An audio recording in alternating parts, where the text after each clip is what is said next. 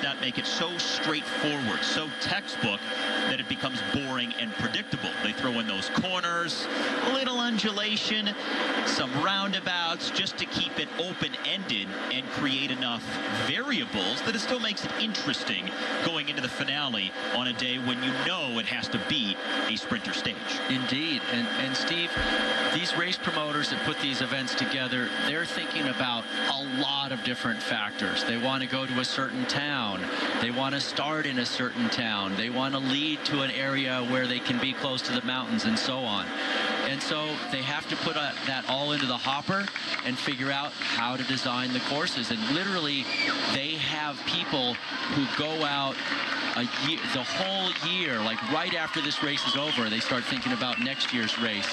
And they go out and people who are really familiar with the countryside, and they start scouting for areas and roads that they can use in the next year's race. They ask towns for proposals to be part of the race. And they spend the entire next year preparing for the race as soon as this one is over. Ah, yes.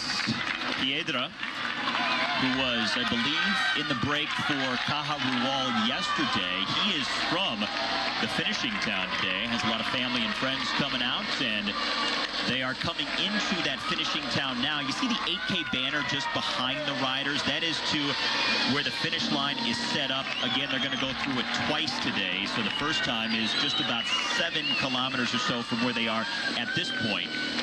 And that's going to be an intermediate sprint. They'll loop around the town and then come back around to finish the stage.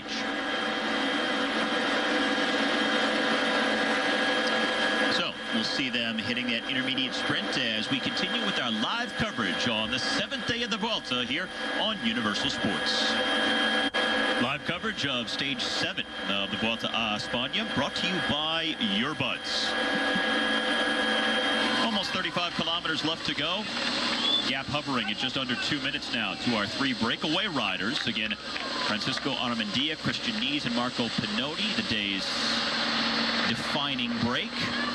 Being chased by this peloton, Lampre in the pink and blue at the front. Garmin Sharp, Omega Pharma Quickstep, Argos, Movistar among the teams up there now, and just about 4 kilometers away from the second intermediate sprint, which is at the finish line of today's stage. So they're going to get a nice peek at what the run-in is going to look like when they come around the town and do it for real in just a little while. And it's a good thing we're going to have that dress rehearsal because, as I mentioned just a short while ago, a lot of turns and roundabouts to deal with in the final few kilometers. Even inside the final K itself, there's some turns that the riders will take note of because positioning later on in the sprint could be key to getting the win. And have a look at this one right here, all the way around. It's a pretty big traffic roundabout, so it's not that big a deal. You can see most of the guys still pedaling through it. If it were a little bit smaller, that would be really tricky, but look at how small the roads are at this point. Narrow and twisting. Steve, you mentioned just a moment ago Antonio Piedra, the local man from the town. He described today's finale as full of traps.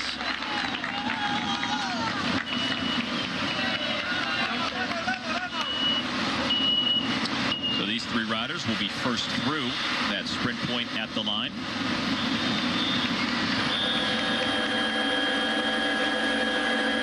Peloton rolls in behind him. And Steve, those real narrow parts that they hit occasionally, those are the places where the peloton is going to be absolutely screaming before at such high speed, because all the riders know that if they're not in good positions where the road is narrow, there's no way at all to move up.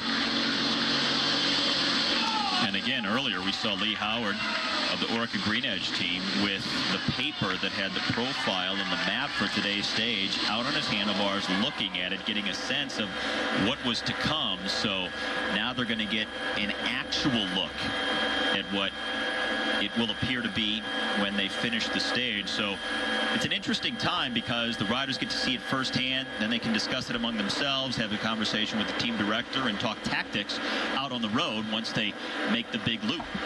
Indeed, and you can see like this right-hander here, and then where the front of the peloton is, that little tiny road. So they got to put that all into their memory, and they're going to have to make sure that they strategize accordingly for the final time they see it. Just about 2 kilometers away for these 3 riders. Pinotti is a very interesting case study in a time trialist because he's not a big guy. He's on the front of this group right now, and yet he's a 6-time national time trial champion of Italy. And in fact, last year he looked like he was really on the way to a medal at the Worlds when he crashed out in the time trial. The thing about Pinotti is he's a perfectionist. He has a very slippery position. He's super aero. He gets very low and very narrow. How it's stretched out single file here, and this isn't even the end of the stage.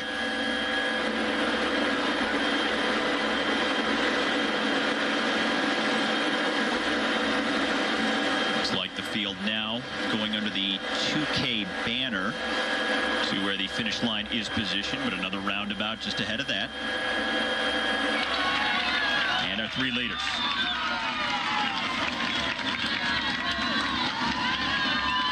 Christian Knees pacing the way for Team Sky. Pinotti from BMC behind him, and then Armandia.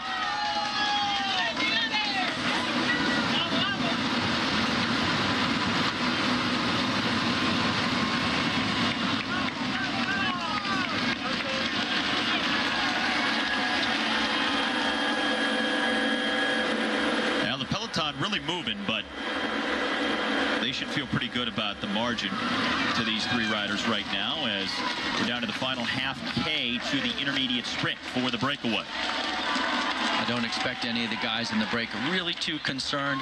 Maybe the Spaniard in the middle, Armandia, just to showboat a little in front of his home crowd because he's a Spanish rider.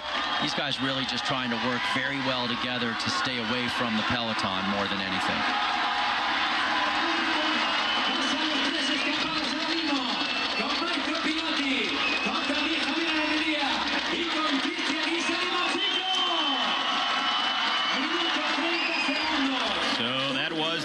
Sprint that will be the finish line in just over 30 kilometers from now, and seeing it for the first time as we just did, those final 500 meters didn't look too bad. No, they really didn't, Steve, and it's also slightly uphill as well. All right, so the 1K banner was right there. We saw the red kite as the field went through. Our 3 leaders have gone through the finish line. They're out on the loop now around town.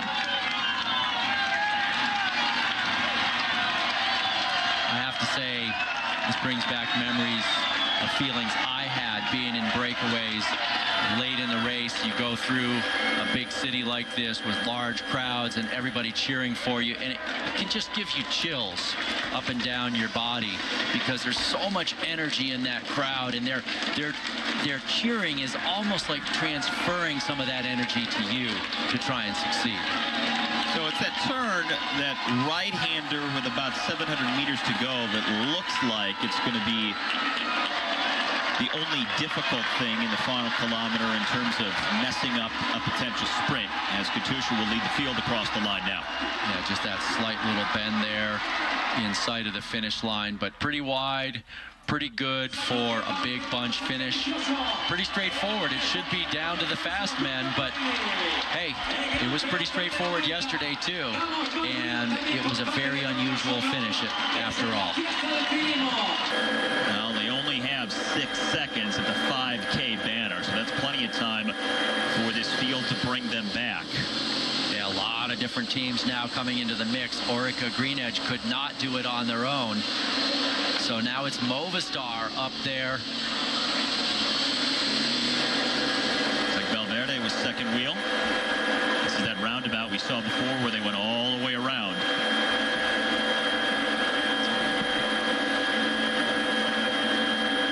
So several roundabouts and some technical corners, but the final kilometer, not as bad as the initial profile indicated. They have a turn at 700 meters to go, but it looks like the sprint should be pretty straightforward if it comes down to that. Gilbert Martin Stibar still hanging on out front with 4K left. Steve, the course may be pretty straightforward, but I just wonder how straightforward the eventual sprint will be if they catch the 2 leaders, because you look at the front of the field, 2 Movistar, 1 Lampre, 1 Euskaltel. There is no team up there with strength in numbers. It is completely mixed up right now. And if that's the case and it continues this way, it's going to come down to positioning and just all-out speed. Indeed, and now I'm seeing 3 Skymen up there for Edvald Boassenhagen in the black with a blue vertical stripe. He's a guy who's been trying for it as well.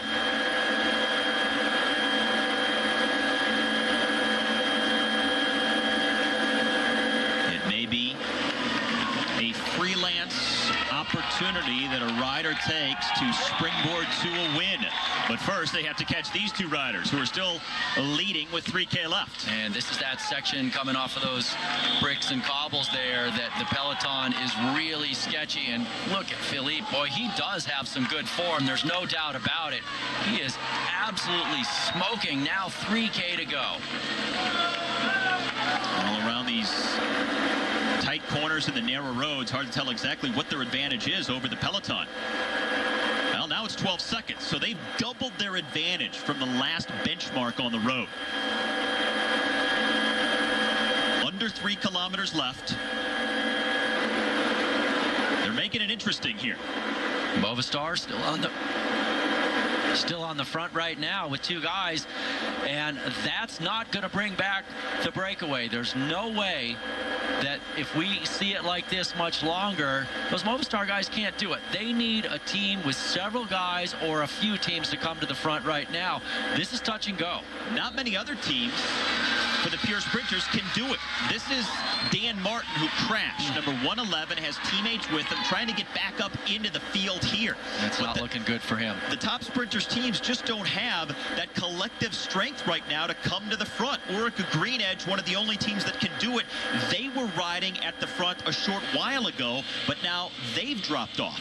Indeed, this is looking actually pretty good right now for the breakaway duo of Gilbert on the front, Stibar behind him, a Belgian and a Czech rider there. They're adding to their lead here. 16 seconds. They may take it. I think they have a very good shot at this point, Steve. They are really flying right now. And you know what? Gilbert has to be careful. He's a good finisher, but he cannot underestimate the newfound speed of Zdeněk Stibar. Stibar was not used to sprinting on the road, and he found something he didn't know he had at Eneco Tour. And Gilbert has been doing more work than Stibar. He's been at the front of that duo more than he's been sitting on. And he was the man who made the initial acceleration that Stibar followed. Here they are with 1.5 kilometers left to go. Oh, it is definitely going to be down to the wire. Just like yesterday. Oh, my goodness. And again, it's an Omega Pharma Quick-Step rider. Yesterday it was Tony Martin. Today, Stibar. He's got company in Gilbert. They're trying to steal it from the sprinters here. And coming up on the final kilometer. And no organized chase by one sprinter's team behind. Oh, that plays beautifully into the hands of the breakaway duo. It still doesn't mean they've got it made, but it definitely helps them stay away. There's the red kite, just over half a mile to the finish. I think they got it. Yeah, at this point, I would agree with you. They have it. It's Orica on the front, FDJ there in the second spot. And, all right. And then Argos, so... Who are you thinking, Gogo? Stibar, Gilbert? I would really like to see the lead duo and see if Stibar is sitting on at this point or if he is still swapping poles. If he's not swapping poles, he could take Philippe. All right, there's an FDJ rider in the blue who's launched a move from the field now. The cat and mouse. And they can't play games for much longer here because now the train is in full effect at 0.5 kilometer to go. FDJ, Argos chasing. Gilbert and Stibar trying to hang on here. Well, Stibar is in the perfect position, not having to do any work, but are they going to get caught? They can't wait. They got to go. Now Stibar accelerates past Philippe Gilbert. Gilbert second wheel at 150 meters left to go. Stibar trying to pull away. Here comes the pack behind him. Zdeněk Stibar watches Gilbert come up alongside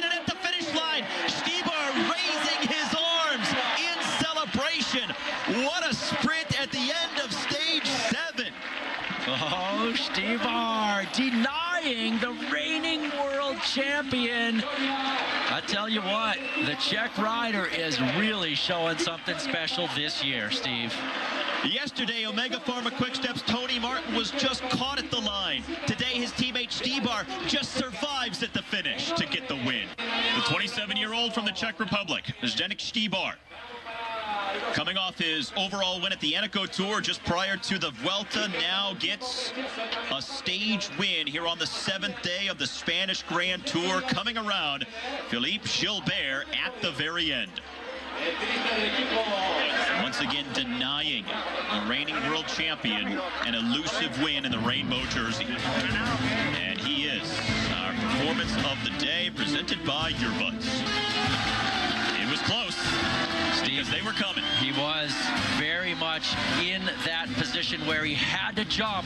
He sat on Gilbert, waited as the charge came. He kept looking back, and then right at the last moment, he said, okay, I gotta go now. And they were so close to the finish line, Gilbert could not recover, close the gap, and get around him. Gilbert almost did come around him, though. Right here. Boy, it was close. It's funny how it works like that, but that's when everybody has everything on the line. There's no categorized climbs over the first 95 miles of the race, but the last 9, which brings them up to 104 for the total, is that big climb, 3,150 feet of vertical, and that one is going to create a little bit of separation. It starts out quite hard. The 12.5% is early on, and then it levels off a little bit. And we are looking down live at the Peloton on a sunny and hot day in southern Spain. And as far as what is at stake in this stage number 8, I think the big thing is the unknown climb at the end that should really heat up the general classification. May not decide it, but it's a climb that's never been used before in the Vuelta. A lot of these riders, even many of the Spaniards, don't know the climb, so that always adds that element of mystery and intrigue. Indeed, I talked with Chris Horner's director yesterday. I asked if he had seen the climb, and he said no, they've seen video of the climb. Same thing for Belkin, for Bocamolima. They hadn't seen the climb either. They had video of the climb that they were reviewing. So that tells me 2 things. 1, they're busy guys and they don't have time to go look at all the courses. And 2, maybe they don't think it's going to be incredibly selective, but that also throws a little bit of an unknown into it as well. There is a little more than 40 kilometers left to go on the stage, and this Peloton is just over 4 minutes behind our largest breakaway of the race so far. 13 riders up the road today. The team in the turquoise, that is Astana, the team of overall race leader Vincenzo Nibali, wearing a red jersey today, staying near the front of the Peloton. But so far in this first week, the size of the breakaways have been pretty small. 4 or 5 guys, even a 1-rider breakaway in Tony Martin just a couple of stages ago. There is Joaquim Rodriguez in the red and white of Katusha, team leader of that squad, riding alongside his trusty teammate Daniel Moreno. And actually Moreno in the white jersey could be a better candidate for the stage win than Puerto here today. This climb really doesn't suit Rodriguez as much as some of the other climbs later in the race because of its steady gradients near the finish. He likes the short, punchy, explosive climbs that are short and steep just near the top. Indeed, and you saw Moreno in a different jersey, the white jersey, as the leader of the combination category, which is the guy who has the smallest number of the sum of their position in general classification, mountains, and points. And he's been very consistent, also has won a stage so far in this year's Vuelta. All right, the gap slowly coming down. Its largest margin was 4.5 minutes at 1 point, but 13 riders up the road, the Peloton in pursuit, and still 40 kilometers left to go on stage 8 of the Vuelta. 13 Vuelta a España on Universal Sports is presented by Earbuds. Never hurt, never fall out, never stop. And now, on to an increasingly popular segment here on our Vuelta coverage, Ask Gogo, or Stump Gogo as I prefer. We take your tweets, we read them on the air, and Gogo interacts. And this next week tweaks here on stage number 8, coming from Andrew. What's the strategy behind the breakaways? They never make it, and don't they just wear themselves out more? Go. What say you? They absolutely do wear themselves out, and in a 3-week race like the Vuelta a España, it can actually cause guys not to be able to finish the full 3 weeks of racing because they get so tired from being in breaks. But the reason they do that is because once in a while they are successful. They get their name out there, they get their team out there and their sponsors. And when you look at all these riders from up above here, Lampre, BMC, Vacansoleil, Omega Pharma, whatever the team is, they're putting a lot of money into these teams. Over $10 million in most of the team's budgets in this bike race. And they got to pay for it somehow. So one way to do that is to put a guy in the break.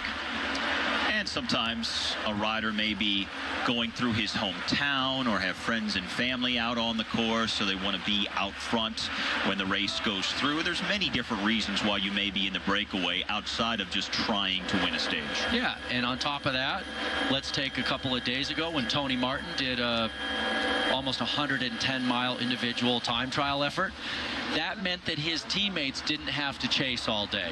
And in very many situations, if your team doesn't have to chase, then if you do get caught from that break later on, one of your teammates can win the race because they're fresh and they've been able to ride the wheels of the other guys who are chasing. It's been very exciting almost every single day, especially at the end of the stages in our first week, with Tony Martin getting caught right at the line, with Philippe Gilbert and Zdenek Stybar yesterday battling it out right before the field was about to catch them at the end of yesterday's stage 7.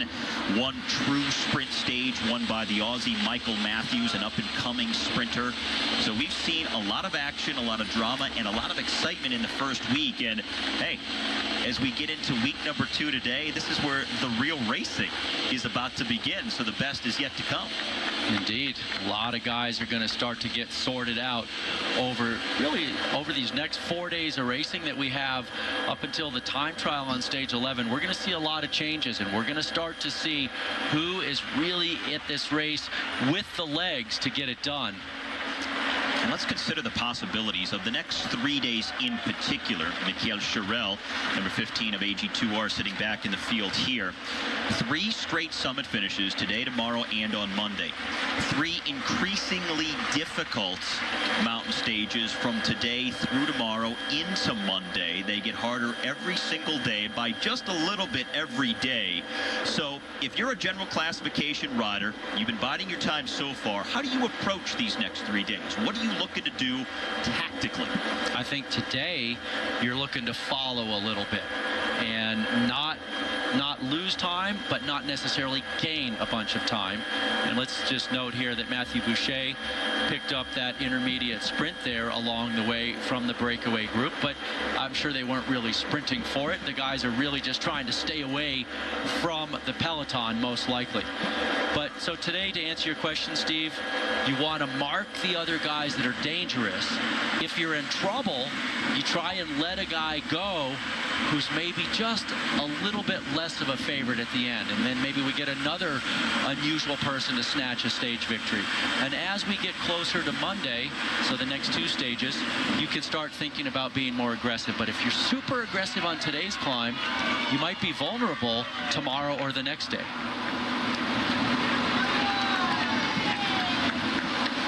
So we're down to the final 35.5 kilometers of stage 8, and this big breakaway, watching their time slip away ever so slightly, 3:22 up the road. And Horner now just 3 seconds off the general classification lead of Vincenzo Nibali, sitting in 2nd place as we come into another summit finish on stage number 8. And with time bonuses, it's certainly a possibility that he could take back that red jersey, and he says he's going to try. He wants to go for it today, get that red jersey back, especially because of the way he lost it with the gap that occurred on stage number 4 at the finish. And that's the reason that Nibali is wearing red today and not Horner. Yeah, Steve, it was really a shame, and I actually spoke with Jose Acevedo, his director, yesterday. Just checked in with him, asked him how Chris was doing, going, and he said Chris is really good right now. His condition is good. He's recovering well, and he's looking to go for it today. And Acevedo was pretty disappointed the way there was that split in the peloton in that finishing day on stage 4, the day after Chris picked up the jersey. So he ended up losing it on a finish where nobody really expected that. Even Vincenzo Nibali had left the stage because he didn't know he was back in the jersey. They were all coasting across the finish line. Everybody thought that they got the same time, but it was determined there was a small gap between Nibali's group and Horner's group, just enough for Nibali to take back the red jersey. So Horner in second place instead of first as we come to the summit finish on stage number 8. And Steve, you know, like I was talking about Leopold Koenig earlier and how it looks like we got a crash here maybe on the back of the peloton. If not a crash, certainly a major bottleneck. Enough to slow the guys down here at the very tail end of the race. And it's Reinhard van Rensburg of Argo Shimano who's in the white there. And, well, here in the green, this is Michael Matthews, the leader of the points competition, and the sprinter for Orica Greenedge, who was also caught back there. Yeah, Christian Knies, the man for Sky, who was in the break yesterday, and it is going fast. So let's see if we actually, oh yeah, we did have a couple guys. It looks like they just got stuck there with that guardrail. I'm telling you, man, it's a little fender bender. It is not easy to get through these towns with all the traffic control devices when you're in a peloton of 175 guys. You just get pushed out and squeezed, and guys make mistakes, and they're just riding so close together. What you were going to say about Horner? Well, what I was going to say about Horner is it's a very similar story to what I was saying about Leopold Koenig, who has his NetApp team on the front, and he's hoping, I think, he's hoping that he can fly under the radar a little bit of the true favorites and try and pick up a stage win. And Horner at the start of the race today said the same thing. He goes, you know what? Nibali is going to be watching Rodriguez and Valverde more than they're going to be watching Horner, and he's hoping he can capitalize. Even though he's already won a stage and been the race leader, he's not looked at as one of the 3 biggest favorites. He's just that half a step below them for the general classification, and he's hoping that he can capitalize on that fact. Well, the riders coming into the town of Estepona, where the second located at 19 kilometers from the finish. As you might have guessed, a very popular resort and holiday town. Over 20 kilometers of beaches, harbors, and coastline here in southern Spain.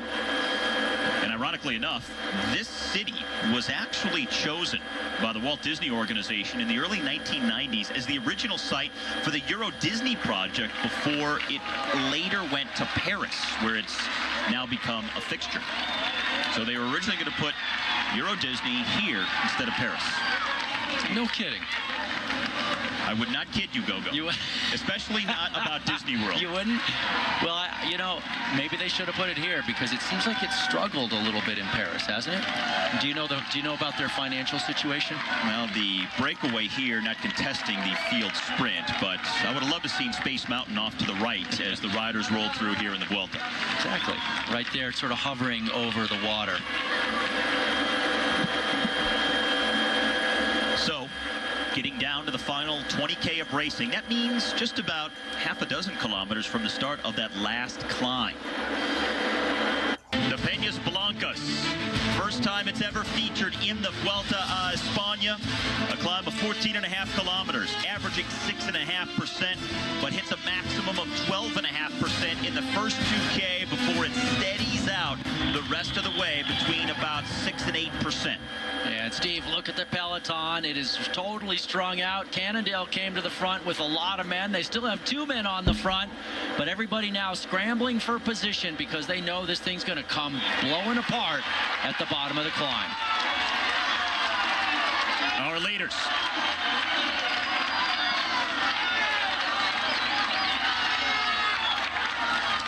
Starting the climb with a 1-minute advantage. And you can see just how narrow it was back there. That also makes things sketchy in the peloton. As you can see, the Garmin Sharp rider there getting rid of any extra weight. Alex Howes, the American, got rid of some food and things he wasn't going to be able to eat at this point in the race, but picking up a bottle there to cool off with. Now, Rady Radio Shack coming to the front of the main field, riding for Chris Horner.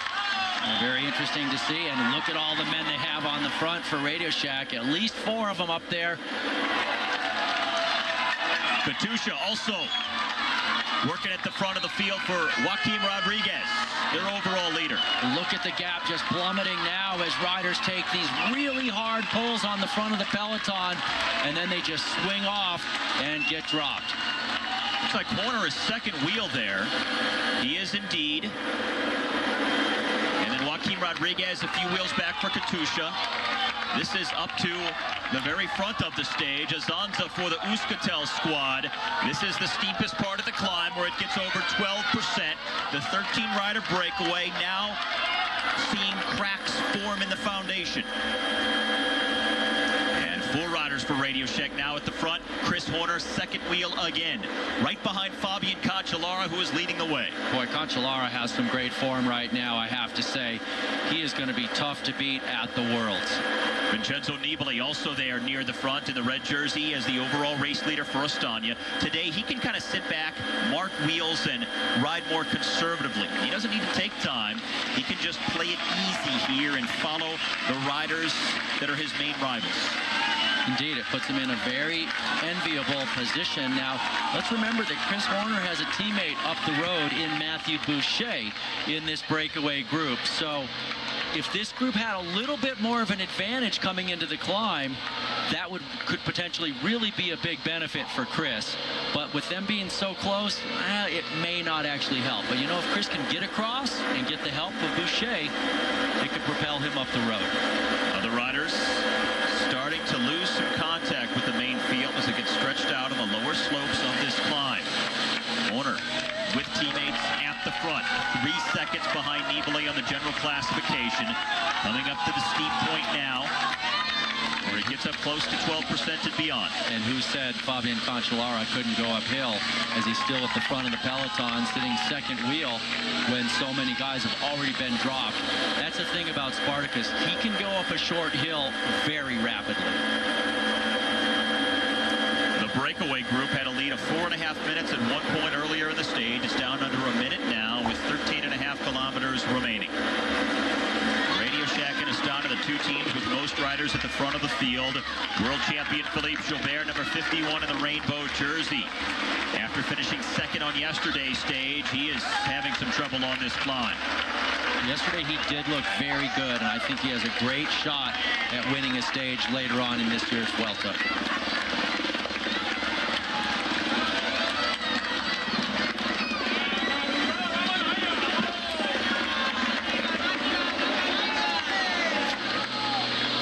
Now back to the front. Cataldo really starting to stretch some legs. Again, he won stage 16 of the Vuelta last year, the 28-year-old Italian for Team Sky. Now setting the pace as the breakaway starts to lose some riders. Cataldo is a very good climber, Steve, and he's starting to show that right now. He's finished 12th overall in the Giro d'Italia last year. All right, Alejandro Valverde is there, number 1 in the dark colors with the green helmet for Movistar. Joaquin Rodriguez in the red and white of Katusha right behind him. Off to their right, overall race leader Vincenzo Nibali. And Christian Meyer coming back from the breakaway group. The very effective Domestique on the Orica Green Edge team that usually we see on the front of the field all day, but today he was in the break. This is live coverage of stage number 8 of the Vuelta a España here on Universal Sports, presented by Yearbud. Steve Schlanger alongside Todd Gogulski. We are down to the final 13 kilometers. The breakaway coming apart. Their lead under 1 minute to this main field. All of the top general classification riders are here. Look at Fabian Cancellara. After all that work, he's just going to have to just kind of ride within himself here. He'll lose some time today. Not a big deal for him, though. So Boucher at the front, team leader Horner behind.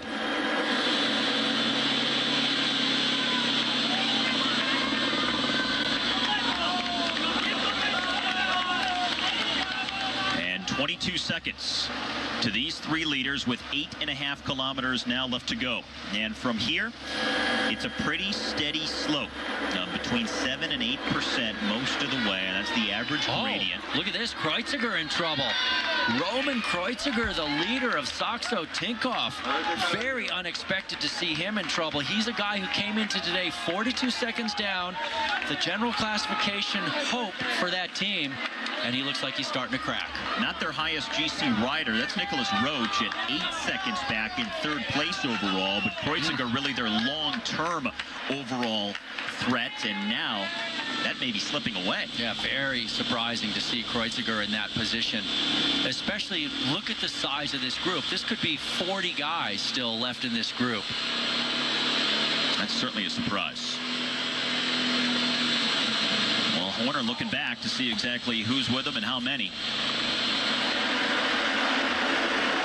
And these are the riders losing time with 8K left.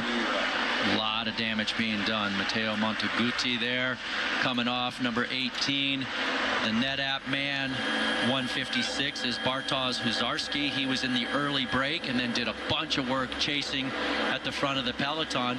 Well, let's see if that NetApp work pays off for them, if Leopold Koenig is able to transform this mountain into a big stage win for him and his team. All right, the clock starts for our three leaders at the 8K banner. We'll see how far back the overall contenders are in the field.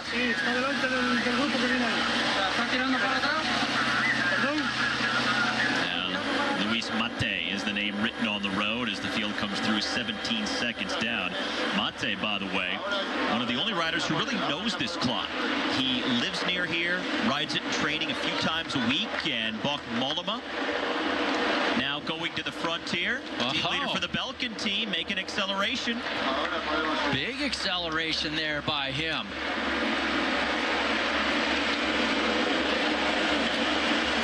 I talked with his director yesterday, Steve, Eric Decker, just to check in, see how Mollema was doing. He says he's feeling great. First 7 stages have been good for him. And he said this stage was a new chapter of the bike race with a longer and harder climb and many more to come. But he said Mollema's feeling very good. All right, this is still the front of the race. Our three riders who just went out of the frame on the right-hand side of the screen. Now, the small group of general classification contenders, next group on the road. So Mollema was making that acceleration, but he's a little way back. Okay. So he was making an acceleration, but he's a little behind the other GC riders, it appears. Yeah, it does appear that way. He just was trying to get back up in there.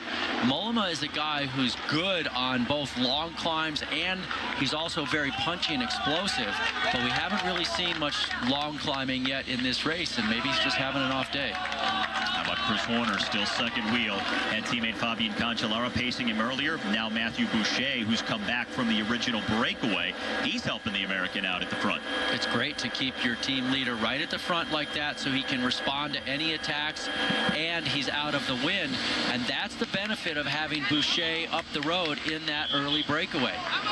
He can soft pedal just a little bit on the climb when it got really hard, go back, and then have that extra bit of freshness to help out Horner. Peñas Blancos climb being used for the first time ever in the Vuelta a España here today on stage number 8. Beñat and Chosti struggling for Movistar coming off. And, you know, he finished 10th overall last year. 7K left for the small peloton. And it looks like Valls is now gone. So it's Nares here at the front, followed by Cataldo. Oh, look at Nares just grinding the massive gear out of the saddle. And you can see Cataldo just spinning away. But Boucher still a trusty teammate. The two Americans, Boucher and Horner, at the front of the general classification group. And boy, they are coming up on the back of our two leaders very quickly here. Just 10 seconds down now with 6.5 kilometers left. Well, it looked like it was never to be for that breakaway group to succeed. But certainly, Cataldo and Nares have put in a big effort on this climb. And I got to say, having Boucher there at the front of the field for Horner right now is massive for the American. Dominique Nares at one point was the virtual overall race leader on the road when that 13-man breakaway had 4.5 minutes. That was earlier in the stage, and Nares starting the day 2:57 behind the man in the red jersey there, Vincenzo Nibali. But the gap has now almost been entirely reduced because of the pressure being applied by this field with Radio Shack at the front. Nibali, fourth wheel from the front of the peloton right now in the red jersey. And really the entire pressure from the peloton on the climb has been put on by Radio Shack. It's been one of just 3 guys from that team who's been on the front driving the chase and reducing the peloton. And now we're looking at maybe 25, 30 guys left, probably about 30 left in that peloton. You can see the colors of the Dutch national road champion Johnny Hogerland hanging on to the back of that group. And here they come. You see him on the right-hand side of the screen, led by Radio Shack. That small, reduced main field. Bringing back our 2 leaders. Dialing them in with 6 kilometers now remaining to the summit finish. There's Sammy Sanchez, number 91 for Euskaltel. This is a climb that would typically suit him, but not riding at the front right now. Yeah, he has not had very great legs, that's for sure. We saw him crack on the very first summit finish of the race and lost almost a couple of minutes there, and it's just been hard for him so far in this race. But if we move up to the front, there's Chris Horner out of the saddle.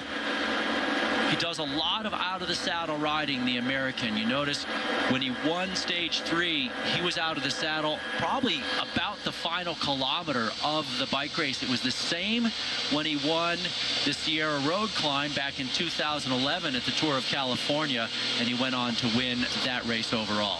Well, considering what's happening right now, it looks like our stage winner is going to come from the reduced main field of general classification contenders. So that means that we also have a possibility of the race lead changing hands today, because there are riders within time bonus proximity of the red jersey. So we could see things shuffling in the general classification just a bit here.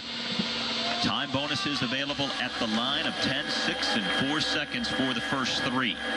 Now, there are only 2 guys in the general classification that are within 10 seconds of the overall leader, and that's Vincenzo Nibali. So Horner's 3 seconds down, and Roach is 8 seconds down. So if either of those guys gets the maximum time bonification of 10 seconds, and Nibali doesn't get a time bonification, well, then we'll have a new race leader. But there should be some kind of separation at the finish line as well.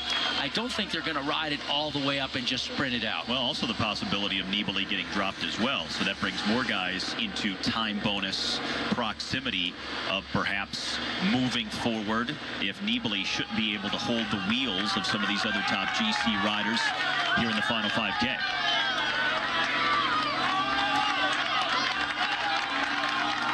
The handshake signifies that the breakaway is finally over.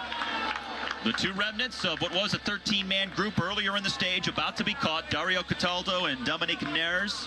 Small field of overall hopefuls coming through with 5 kilometers left to go to the summit finish that's being used for the first time ever in the Vuelta a España, the Peñas Blancas.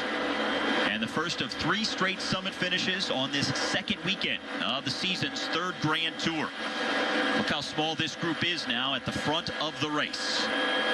And a lot of the general classification hopefuls are right here. Chris Horner, the American for Radio Shack, who wore the red jersey for 1 day, his second wheel. Vincenzo Nibali, the current overall leader, is right there near the front in a red jersey at the 5K banner. You also have Ivan Basso in the green for Cannondale, the 2-time winner of the Giro d'Italia. Joaquim Rodriguez of Katusha, the Spaniard in search of his first ever Grand Tour title, is in this group. And so is Alejandro Valverde, former Vuelta winner, wearing number 1 for Movistar, also looking very good in this group right now. There is Rodriguez in the red and white, right behind Valverde, who's in the dark blue and the green for Movistar. Sammy Sanchez, number 91, who we just mentioned for the Euskaltel team, starting to move up now in the group. Interesting to see how far back Valverde and Rodriguez are. They're kind of in the middle of this group. It's only Horner of the true big favorites. It's Horner and Nibali up in the top, but not the other guys. Now there goes Antone.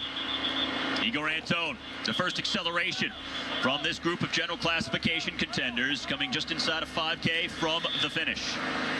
It looks like there's a response there from NetApp, but I do not believe that is Leopold Koenig. I think that is David de la Cruz on that squad who's going. Antone, 5:42 down on the general classification, so not an immediate threat here to the lead of Vincenzo Nibali.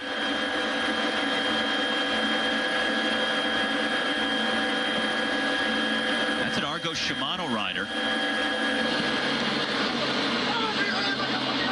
Well, Warren Bargiel, the young man on the Argos team, was one of the guys they wanted to see just how he would perform on this climb today.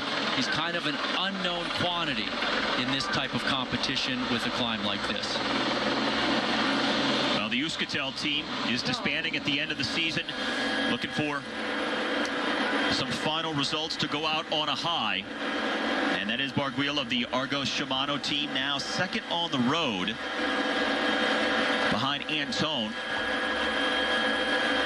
with 4K left. There's Antone in the top right-hand corner of your screen. Well, the Euskaltel team has had a tough start to this Vuelta with the time lost by their overall leader, Sammy Sanchez. Antone, a couple of years ago, led this Vuelta before crashing out almost inexplicably when he was wearing the overall leader's jersey. Looked like he was in position to maybe go on to win the race overall, and he's never really been the same since. It's true. He was on incredible form that year, and that was a huge lost opportunity for him. Looking at these guys here, Chris Horner taking a drink, Nibali taking a drink. They don't appear to be right at their limit to me, Steve. I think this is a bit of a wait-and-see type of a situation.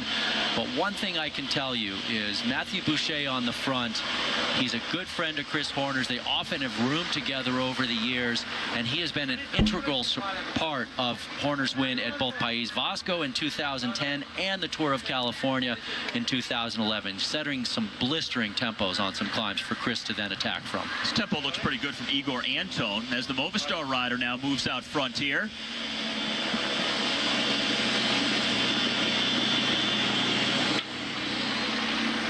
Now that is Eros Kopecky, number 2. He's 52 seconds behind Nibali in the general classification. Alejandro Valverde, of course, is the team leader, 21 seconds behind. He's sitting back in the group. And now other riders going forward. Horner has to respond. Astana, Katusha. And that is Chris Horner that's leading the chase there. And I'm looking for the red jersey of Vincenzo. So Horner is on the gas.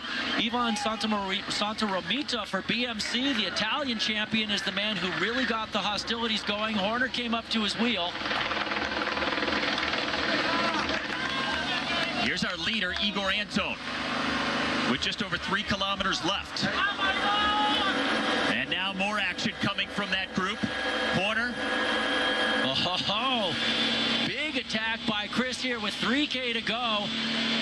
And nobody able to follow the 41-year-old American. Nibali's a few seconds back, about 4 or 5 wheels behind Horner, who's now chasing Igor Antone, the leader with 3K left.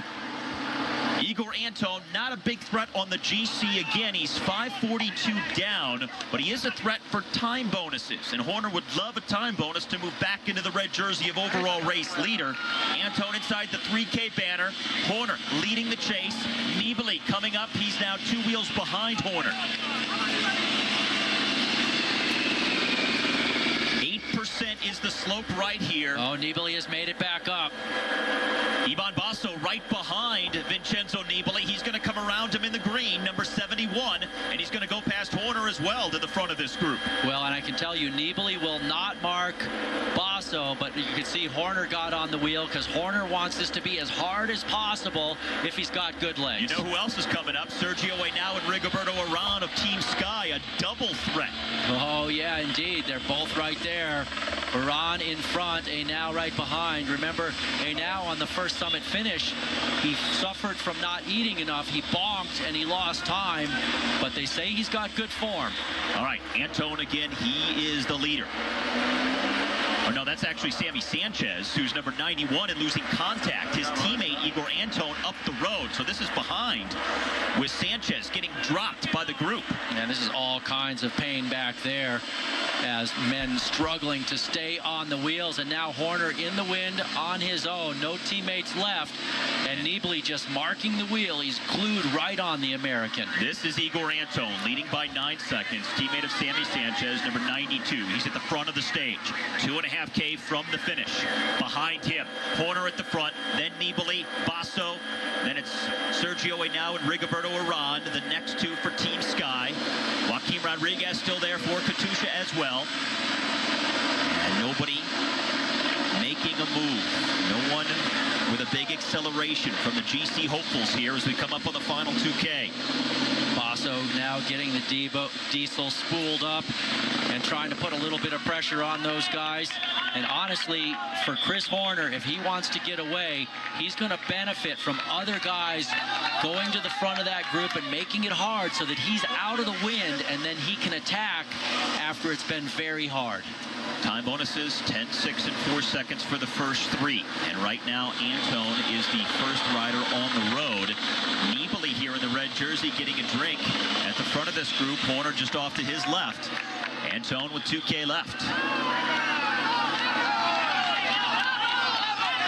Antone is doing exactly what he wanted to do, which was benefit from all the favorites in the general classification, looking at each other and basically neutralizing each other.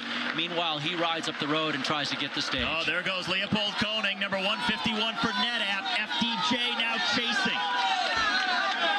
Leopold Koenig, 48 seconds down on the general classification. Thibaut Pinot is the rider for FDJ, who's just behind, but this is Koenig on the left-hand side of the screen. This is the reason that NetApp was riding at the front of the field earlier to bring back that large breakaway. Indeed, and you're not going to see Vincenzo Nibali burying himself to try and bring back Leopold Koenig. You're not going to see Horner doing that either, nor Valverde, nor Rodriguez. These are the opportunists. Yeah, it's a very hard climb, but if you're not marked, it's a little bit easier to get up the road. And look at this, 4 guys now. With under 2 kilometers left to go. There's our leader, Igor Antone.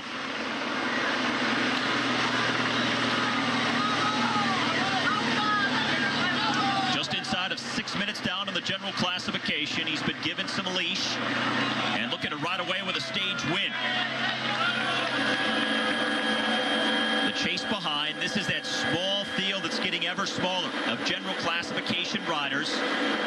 Nibali has a teammate pacing him in front.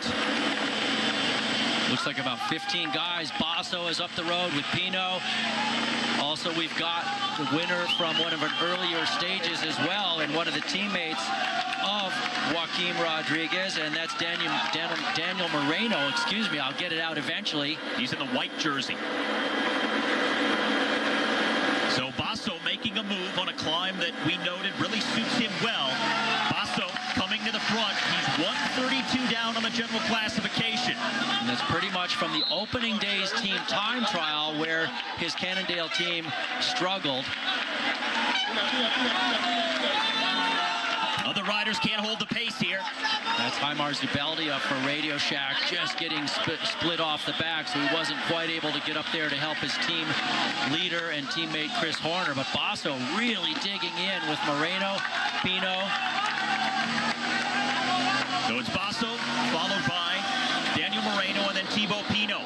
And they're chasing Igor Antone, who's leading is slipping away inside the final kilometer. And look at this. Leopold Koenig is maybe going to get across as well to Anton. So this thing is coming right down to the wire. Leopold Koenig almost won stage number 2. Just finishing behind Nicholas Roach. Making a play for the win on the summit finish of stage number 8 now. Back here, Nibali leading Horner, Sergio Henao, Alejandro Valverde, and Joaquim Rodriguez.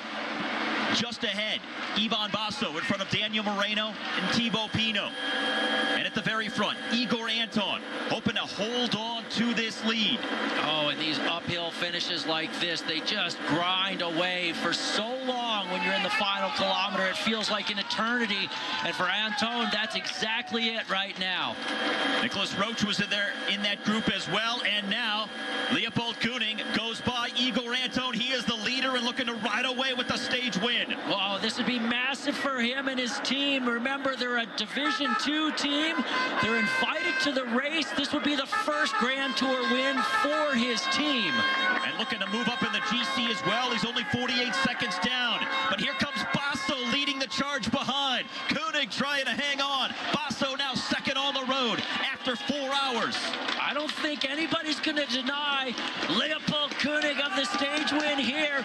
Moreno could be a danger man. He's got a lot of pop, and here he comes now with 200 meters to go. Looking for his second stage win. Moreno coming up on the back of Koenig as they hit the final 100 meters. And don't forget about the general classification battle. Nicholas Roach in this group. He comes in only 8 seconds down on the GC.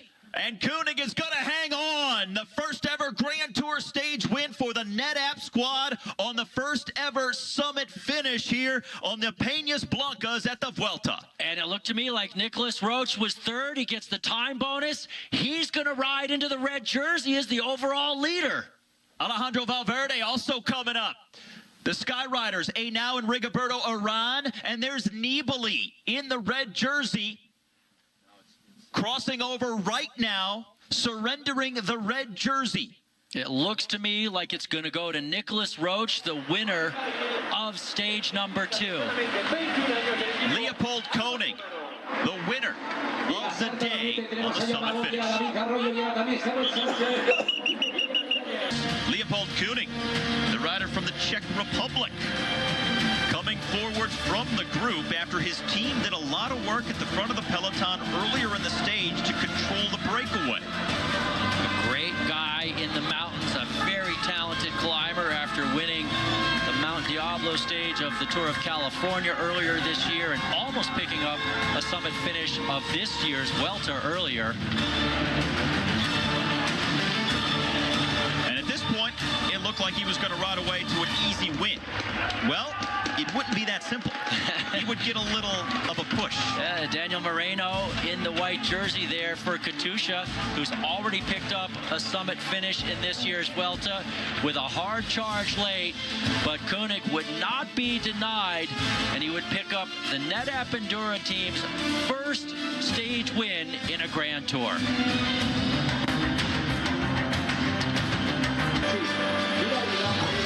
As Nicholas Roach, with a time bonus, is now the new leader by 17 seconds over both Chris Horner and Daniel Moreno. Vincenzo Nibali slips all the way down to 4th and 18 seconds back. Roach, who won stage 2, his first ever Grand Tour stage win in his career, and now leading a Grand Tour for the first time ever after 1 week at the Vuelta. And he was turning himself in through all kinds of pain in the final couple of kilometers, but it paid off. Huge day for the 29-year-old Irishman from the Saxo Tinkoff team.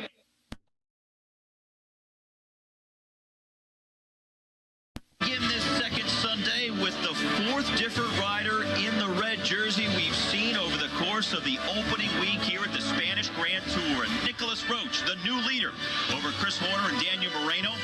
Race 165 4 kilometers, heading northeast through south-central Spain, still deep in the heart of the Andalusia region. And a hot day for the riders as well, as they started hours ago, and 2 intermediate sprints late in the race, the Category 2 climb of the Frailes, and then from there it goes downhill, and then the setup for that final 1 kilometer kicker in Valdepeñas de Jaén. Now what's going to happen is, on that Category 2 climb, the crescendo is going to start to build, and it's just going to get more intense until they get to that final kilometer, when the fireworks are really going to light up. And we are now live with the riders on a sunny, warm day once again in south central Spain. Temperature in the mid-80s, mostly sunny skies, riding through some vineyards at the moment, headed towards that final kilometer and the uphill at Valdepeñas de Jaén. There is a breakaway, as you might anticipate, of 5 riders up the road.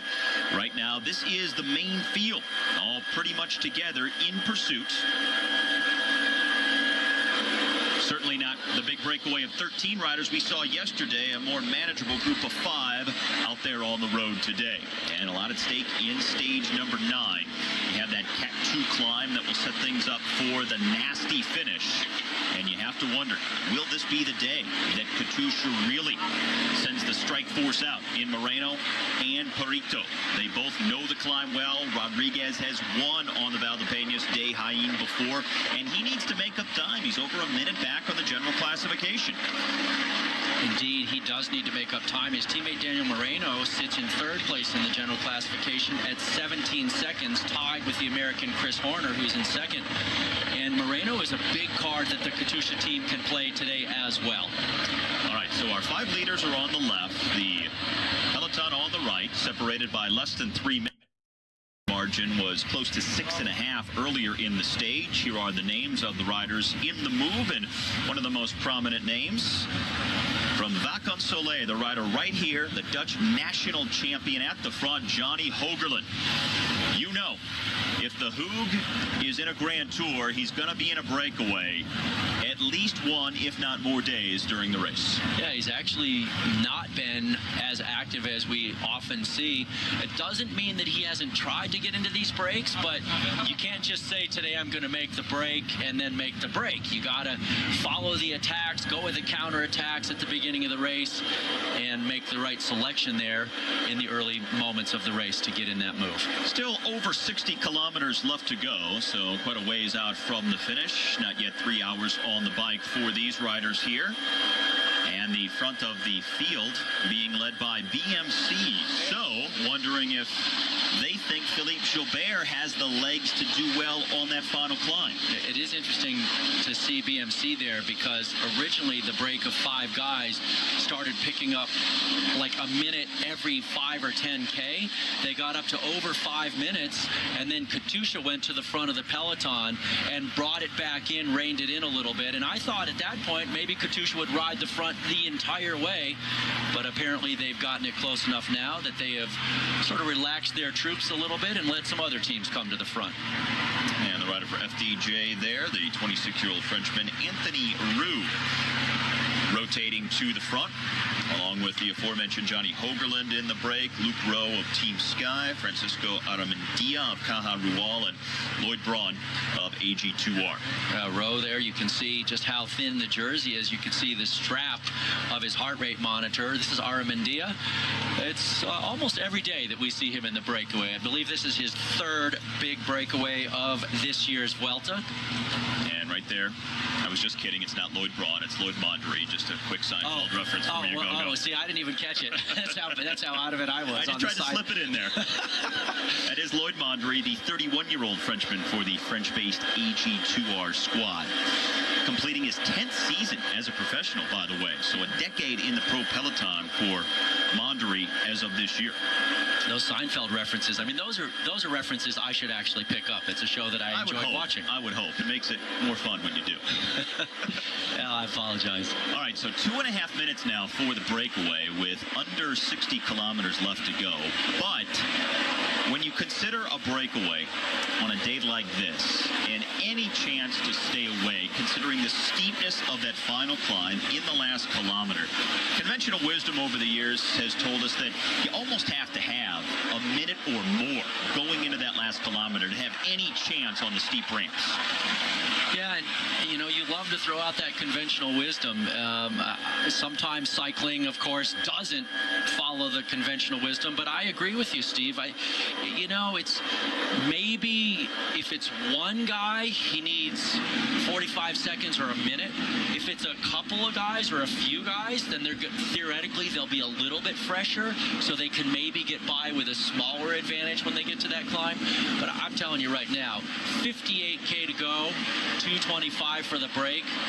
It does not look at all good for the breakaway, even to make it close to that final climb. Well, we're talking about hitches up to almost 30%. That's standing still type of stuff. And when you have riders like Rodriguez and others who can be so good like that, the difference in speed between riders from the breakaway who have been out there all day and a fresh Puerto or a Daniel Moreno, it's almost like night and day what we'll see from them on that last climb. And so much can be made up and so much can be lost in that short 1 kilometer stretch.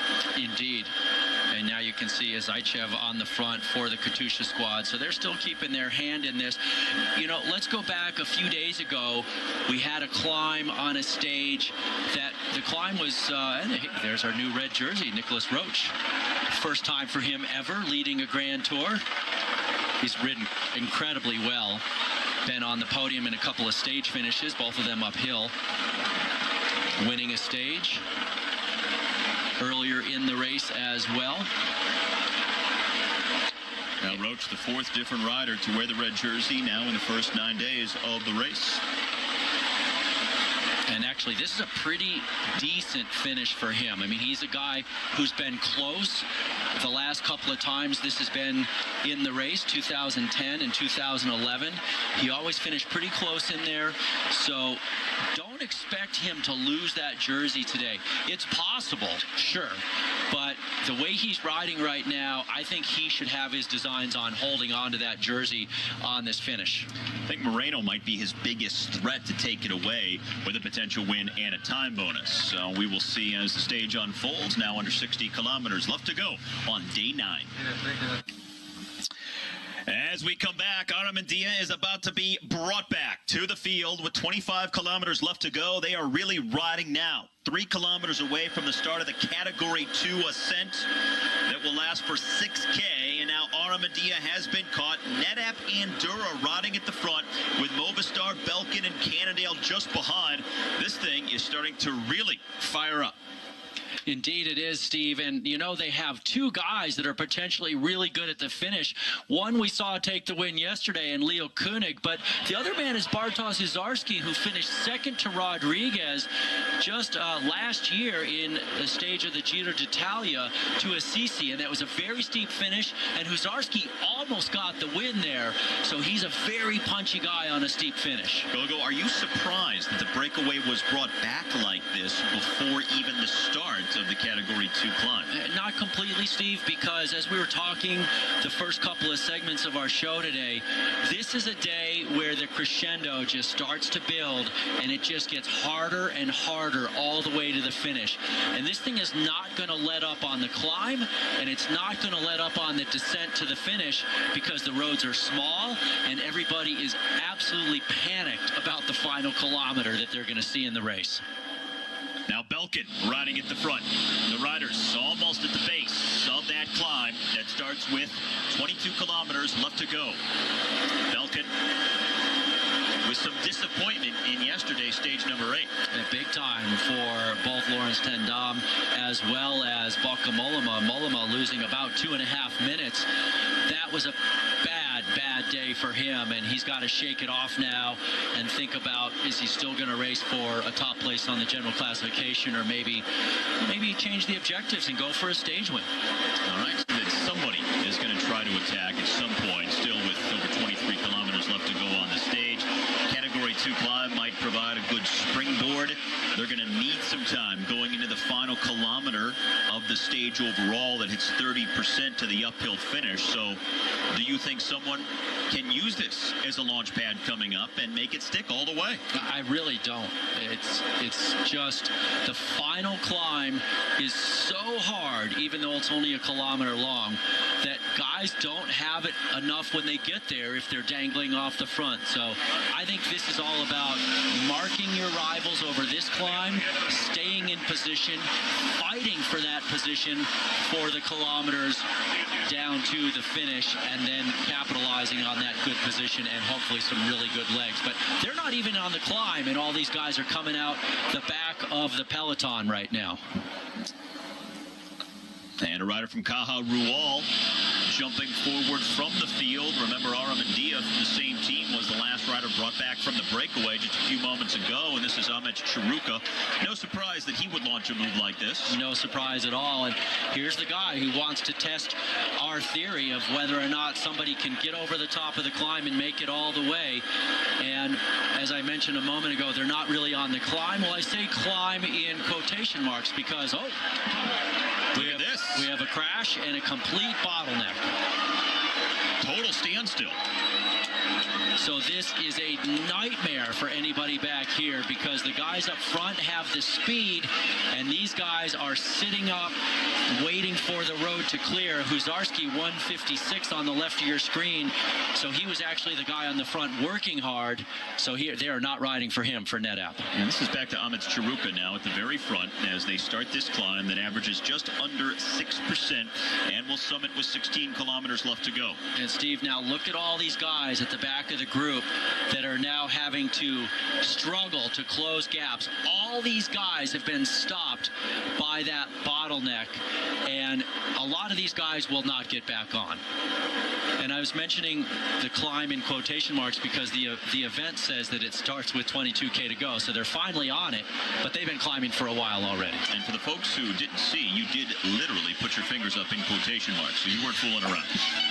Yeah, well, that's the universal sign. I got you. Yeah. Here's the front of the bike race right now. Ahmet Chiruka. He's a good climber. Out of the saddle, motoring up these narrow roads.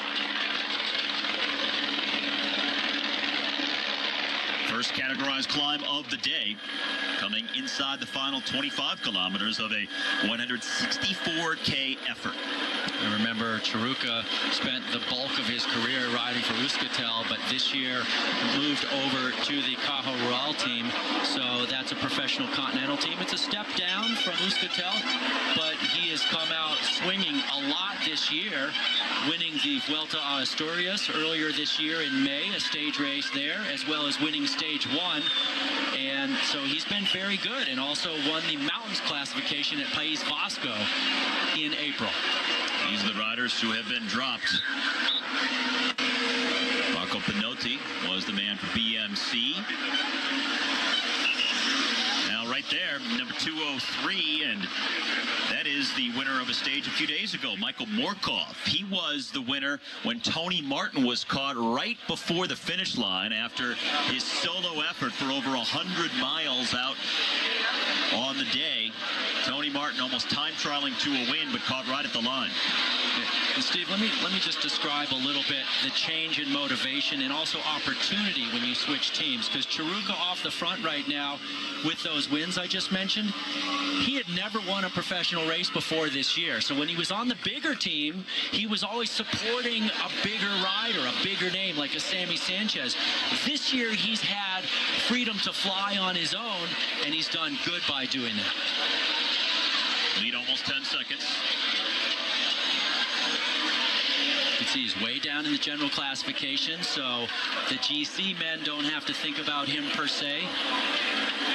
Although a lot of those GC men, like Rodriguez, Moreno, the guys that have a lot of punch, they don't want someone off the front because they want to get that time bonus at the end of 10 seconds. All right, this is the chase behind, and not too far back. Chris Horner is there near the front of this group. And again, he had Fabian Cancellara just in front of him. Same scenario as yesterday. And the and now another attack from the field. Remember, Chiruka is up front.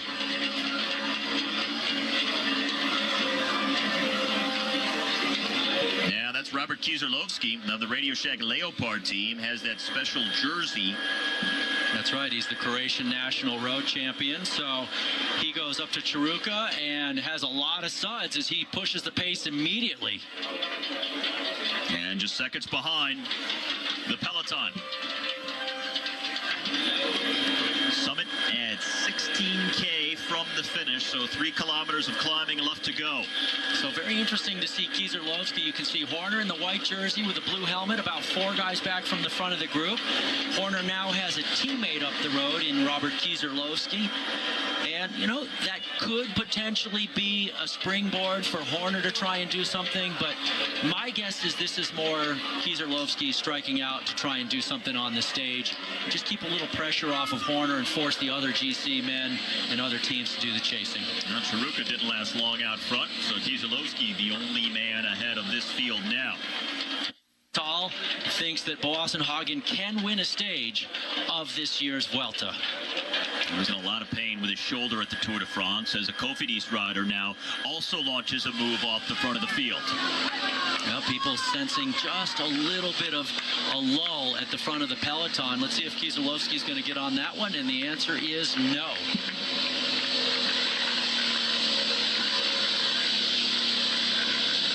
So Kieserlowski has been fully brought back by the field. Remember, at the very front, it's Edvald Boassenhagen. I believe this is Nicholas Ade, the Cofidis rider there, Steve, who is in the hunt for the mountains classification. He came into today sitting in 4th overall, and he was 7 points behind Nicholas Roach.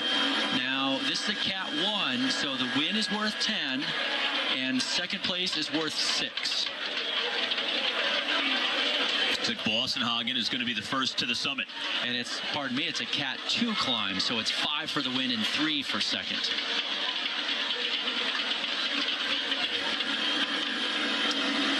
Movistar now with 3 riders at the front. Valverde is the 3rd rider in line with Chris Horner sitting on his wheel. Joaquim Rodriguez not too far behind for the Katusha squad in the red and white. Other riders having trouble at the back of the field. That is Steve Chanel, number 14. Picks up the water from a spectator, pours it over the body. These are hot, hot climbs. You don't have that cooling effect of all the wind. Nice to get some water on the system, and Boassenhagen first over the top. Let's see what he's got to back that up with now for a potential stage bid. It's going to be tough. All right, so some tight technical corners and a somewhat tricky and twisting descent coming up. Looks like Chris Horner missed grabbing a bottle on the overhead a day. Second over the climb, and he's going to, looks like maybe he's going to press on. Nope, he's kind of sitting up. Been in multiple breakaways in the first week of the Vuelta.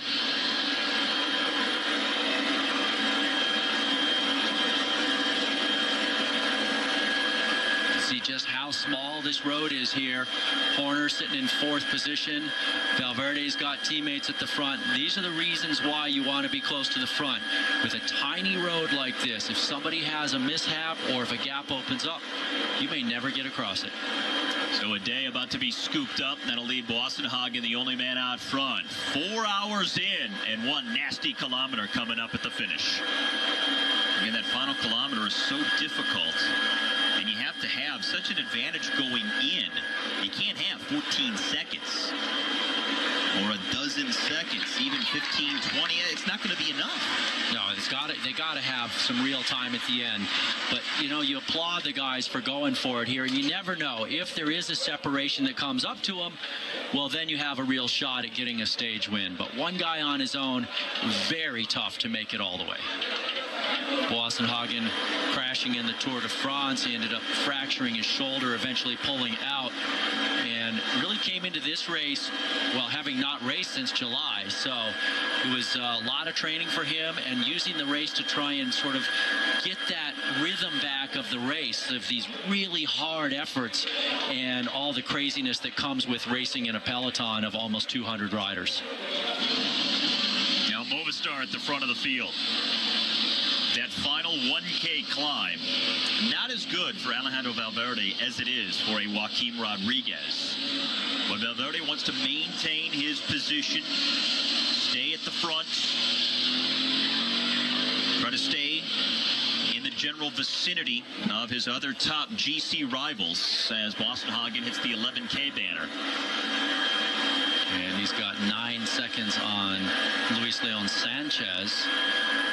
So it's all very close together here. There goes Sanchez, and the peloton should not be far behind. The gap right at 20 seconds, it looks like. Movistar leading the charge. Katusha has settled in behind now. Now, Joaquin Rodriguez and his teammate Daniel Moreno for the Katusha squad, two of the big favorites today. And, well, Moreno, with a good ride, could not only win the stage, but he could take the red jersey of overall race leader. Indeed, he's only 17 seconds down, so he just needs to get a little bit of time and a stage win on Nicholas Roach, and he could change that jersey for the red jersey as the overall leader. Now, Joaquin Rodriguez is their long-term team leader for Katusha, but if you're wondering about Moreno's ambitions for today, he said at the start that he dreams of taking the red jersey today, so you have to believe he's going to go for it. 10-second time bonus for winning the stage, 6 seconds for second place, 4 seconds for third. Would also need a gap on Nicholas Roach, which is certainly a possibility on a steep climb like we have at the finish. It is certainly a possibility. Boston-Hagen, I don't think he's going to make it, Steve. He looks like he's starting to really come apart. These little uphill sections are just so hard on the solo guy. Luis Leon Sanchez looking a little bit more composed than Boston-Hagen on this climb with just over 9 kilometers to go. Now, for some context,